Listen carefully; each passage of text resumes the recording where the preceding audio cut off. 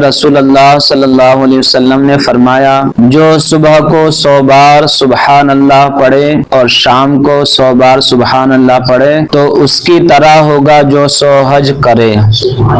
اور جو صبح کو 100 بار الحمدللہ پڑھے اور 100 بار شام کو الحمدللہ پڑھے تو اس جیسا ہوگا جو اللہ عز و جل کی راہ میں 100 گھوڑے خیرات کرے، اور جو صبح کو 100 بار لا الہ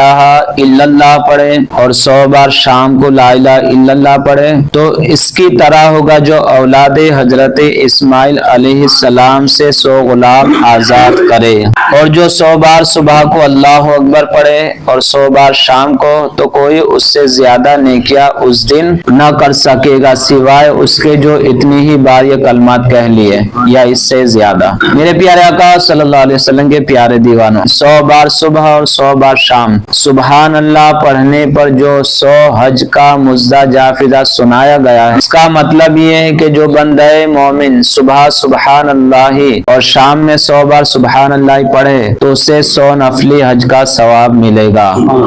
خیال رہے کہ حج کا ثواب ملنا اور ہے، حج کی ادائیگی اور ہے۔ یہاں ثواب کا ذکر ہے نہ کہ ادائے حج کا،